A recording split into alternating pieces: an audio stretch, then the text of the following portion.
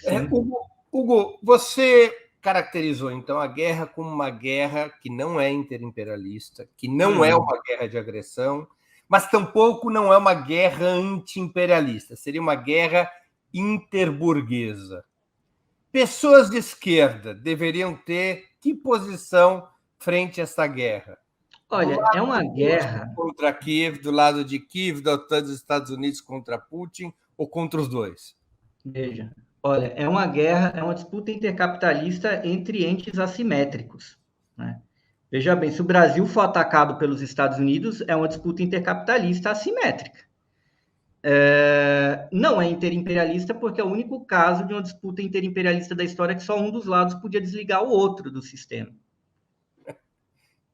Então, não é. A expansão da OTAN é uma ameaça à segurança global. A Rússia não é, em si, uma ameaça à segurança global, ao contrário do que eles colocam.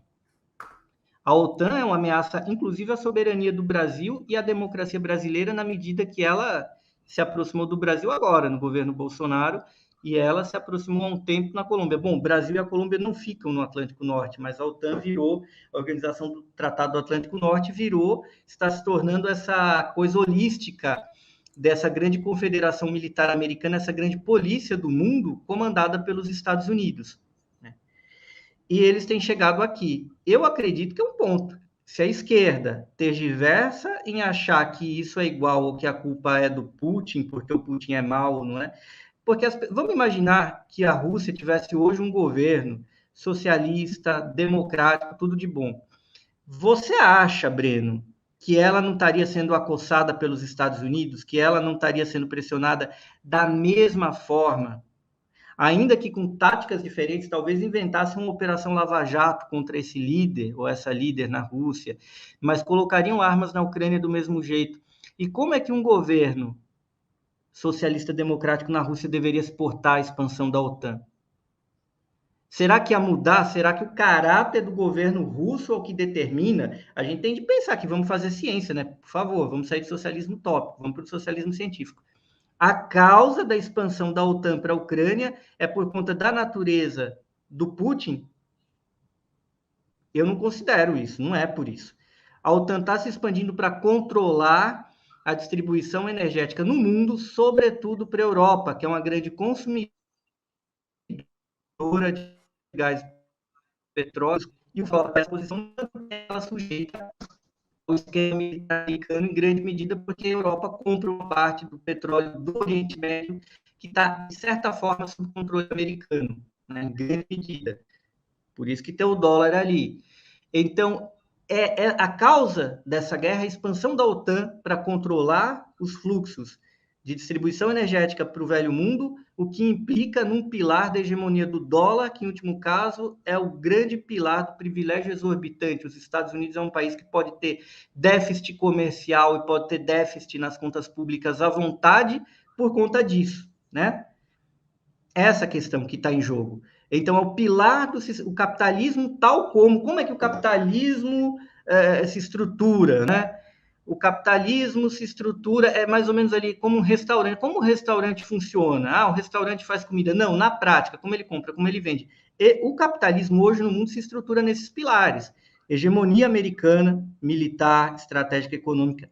E a hegemonia econômica gira em torno da hegemonia do dólar. E a hegemonia do dólar depende de que a reserva energética do mundo continue a ser o petróleo e gás, portanto, energia suja, e o petróleo e o gás sejam negociados nos termos do dólar. E que se isso mude, mude de uma maneira concertada esse esquema.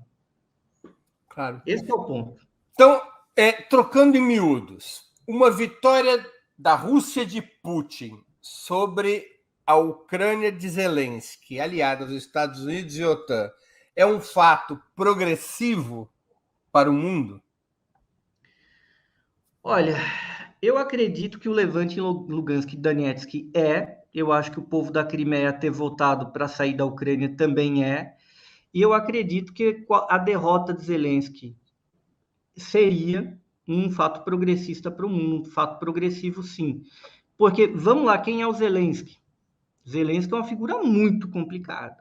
muito complicada, que muita gente no Brasil deslegitima, é um ator, é um comediante.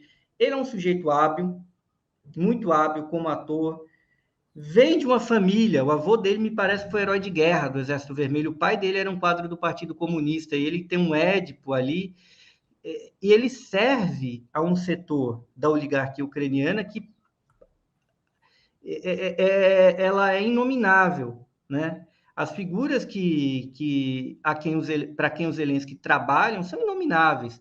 São oligarcas como o Ihor Kolomoisky ou como o Gennady Bagaliubov, que nem vive há muito tempo, não vive na Ucrânia, que a gente, por exemplo, o Kolomoisky, ele foi governador pós-queda do governo lá do Yanukovych em 2014, foi governador de uma província, ele que pagou milícia para ficar matando combatentes ativistas ali anti-golpe de 2014, anti-processo golpista de 2014, e eram milícias em grande parte neonazistas, o que para mim é um pouco chocante, porque o Kolomoisky é judeu.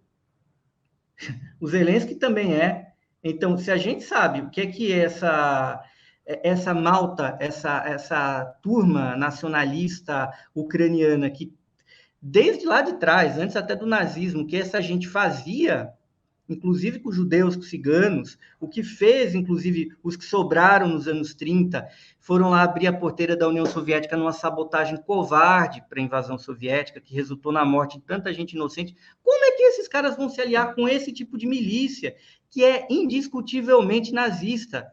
E agora, a mídia ocidental tem trabalhado exatamente como fez com o Talibã no final dos anos 70, não é? Passar um pano para dizer, o Talibã não, são os freedom fighters. Aí depois se tornou o problema que todo mundo conhece. E hoje eles estão apoiando e eles estão passando pano para esse tipo de milícia que é objetivamente nazista, que usam adornos nazistas. Parece que a gente está falando loucura, parece que a gente está fazendo teoria da conspiração, mas eles usam símbolos e isso aparece em toda a santa foto. Do sol negro a tudo mais. E, basicamente, essa turma que manda na Ucrânia, na minha opinião, eles usaram o país como bucha de canhão para o próprio proveito. Ninguém é burro. Primeiro que os Estados Unidos nunca se preocupou com soberania ou segurança da Ucrânia. Eles usaram a Ucrânia como bucha de canhão, né?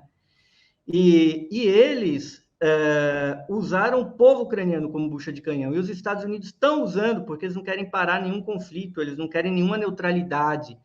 E a mídia ocidental, a mídia europeia, às vezes até contra o interesse da Europa, interesse econômico e político, tem repetido essa propaganda. E isso tem sido repetido aí porque o Biden é o campeão da democracia e o Putin é o vilão. Enquanto tudo isso que se passa na Ucrânia tem sido ignorado, e o próprio fato que, estrategicamente, manter aquele conflito para dizer, olha, pobre do povo da Ucrânia sendo vitimado, enquanto os Estados Unidos não apresentam nenhuma solução, só mandam armas para lá. E isso se dá em grande medida porque a gente não entende aquela região e a gente entende muito mal, a gente como militância mesmo, que foi o processo de queda da União Soviética e esse começo da Rússia independente. E da Ucrânia também. Né? A gente estuda muito, muito mal isso daí. Por isso, até que quando o Taka aqui me pediu um curso, ou vai lá falar na caixa de ferramentas do curso, eu falei, eu vou, porque o debate sobre o Putin e sobre o fim da União Soviética, eu não vou nem dizer entre a academia burguesa ou a mídia burguesa, mas entre a esquerda mesmo. É um debate que é desprovido de ciência, é desprovido de fatos. E ele se torna facilmente manuseável pela propaganda dos Estados Unidos, inclusive das alas imperialistas aí.